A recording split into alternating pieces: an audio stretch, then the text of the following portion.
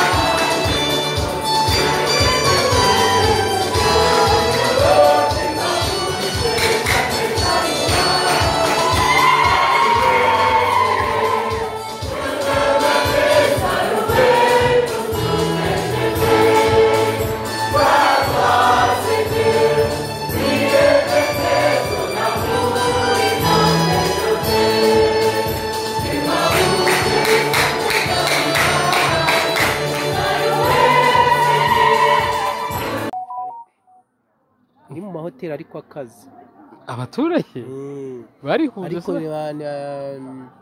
ni ntuza ni RDB na ntuza na IGCP niyo yabafinanshije yibubakira ni hatari Sakola naho ahandi taragira kwa Zena one and only izo zose ni z'abazungu bakunda kukuzamo izo zirahenze iyo no kurebera gutya kugira ngo winjiremo no kuba warabibamenyesheje yego amahoteli araho urakata gutya uhita ubona aha hari shene y'amahoteli ni amahoteli gusa hari iyo kwa Gatera kwa Depite Gatera ajye baracyariho ngo haracyahari. Mm. ufite muragenda uriya mugabo nabagita aragenda abereka ryose. Hoteli ya Ntuza y'Ibisate Lodge nayo bisaba audience, nayo ni hoteli ikomeye cyane. nayo iri aho Bisate neza neza. Bisate, ku musozi wa Bisate. Saba niyo umuntu ariga yahariye byo gutatira ni hariya hari icyo bivugamo. Ibyo birabihagije uyu munsi. Okay. Ahandi wenda murareba ni iyi Ntuza village. Village y'umudugudu w'icyitegererezo hano. Ubwo turamanuka mujya kuri Nesi. Turi gutaha. Ubu ni inzira ni ku muhanda. Ahandi mushobora kujya kureba ni iby'iwacu, ni ruguru ku Ntuza, naho werekeza muri Bisate ni hari bureshe y'umuhanda uzamutse. Wowe ujyayo kwawo? Naho ntabwo ari kure. Yego. Mbo ni byiza cyane.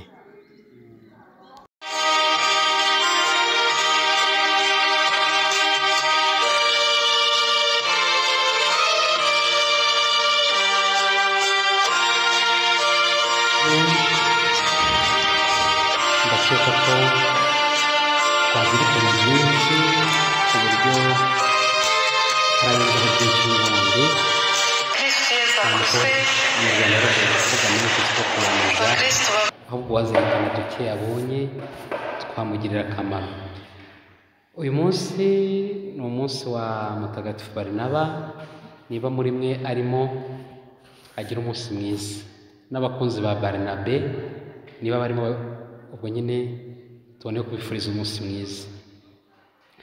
Uko mwumvise mu isomo rya mbere batubwiyeho ku buzima bwe, bakomojeho, ariko ashobora kuba ni amateka maremare, ariko ikizwi mu mateka Barinaba uwo ari we ni uko ashobora no kuba nawe yarize mu ishuri rya Gamariyeri, aho na ba Pawulo bari barize.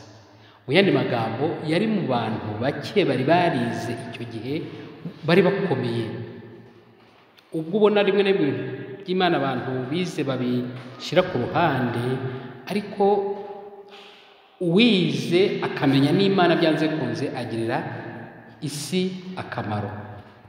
Hari gurupe yambajije gupose ngo abantu batize bo ntibagira umuhamagaro, ko badatorwamo ngo be abapadiri, abasaseridoti n'abandi. Kwiga ubwabyo ni nka condition ya mbere. Aba tuvuga none nawe urabona dufite benshi bavuga, ariko abavugwa ni babandi n'ubundi bagize icyo bamara kubera icyo bari cyo. Ubwo nyine nkomoje kuri uyu Barinaba. Ahitwa Antiyokiya mwumvise ko ni nk'abakristo bwa mbere batangiwe kwitwa iryo zina, ahitwa Antiyokiya. Niba mwabyumvise neza, aho Barinaba yari ahari. Kuvuga ko kiliziya y'aho ngaho mu gukomera kwayo, ibikorwa bya Barinaba, we wemeye kuba igikoresho cy'Imana, nawe arimo. Kuba tumwizihiza uyu munsi rero mutagira ngo ni vuba, ni mu myaka ya za umwe muri za 70 nyuma ya Yezu Kristo. Kuvuga ngo wari yashize hafi imyaka nka 40 Yezu amaze gupfa akazuka. Ubwo ni icyo gihe, nayo mateka twibuka. Mwumve ko umuntu wagiriye isi akamaro ntabwo ajya yibagirana. Ubu ni Barinaba twari turiho. Barinaba akaba rero yari afite akandi kazina k'akabyiniriro bitaga Imaragahinda. Irindi zina rye muri Bibiliya n'ubundi muzayibonamo. Irindi zina rya Barinaba mu gitabo cy'Ibyakozwe n'Intumwa muzabona. Baravuga ngo Barinaba umwe bitaga Imaragahinda. Kuko mu buzima bwe yari azwiho guhumuriza abantu. Niyo mpamvu bari baramuhimbye Imaragahinda. Ubwo rero nibwo buzima bw'intumwa, nibwo buzima dutumweho. Nubwo nyine niyo mpamvu turi aha dusaba ingabire za Roho Mutagatifu kugira ngo Nyagasani akomeze adufashe. Ntabwo mvuga byinshi, ahubwo twabonye impano, twabonye ingabire. Ikindi kintu kugira ngo iryo somo duse n'abarijyanira hamwe, ikindi kintu mugomba kumenya, icya gatatu kiza cyunganira ibyo twize, hari icyo twita imirimo mu kiliziya. Tugira impano mu kiliziya, tugira ingabire mu kiliziya, tugira n'icyo bita imirimo. Imirimo rero ni ukuvuga nk'uko uzaba uri aho ukabona bagutoreye ikintu runaka, nibagutorera wenda guhagarara we n'umuryango remezo kuko twabikomojeho, uwo ntabwo bizavuga ngo ni ingabire runaka ufite, ntabwo bizavuga ngo ni impano runaka ufite, ahubwo ni umurimo kiliziya igushinze, ni umurimo abakristo bagushinze. Cyakora impano runaka by'akarusho, ingabire runaka ishobora kugufasha kurangiza neza wa murimo. Uri kumva ahantu bitandukaniye? Nta mukristo utashobora kugira umurimo agira mu kiliziya.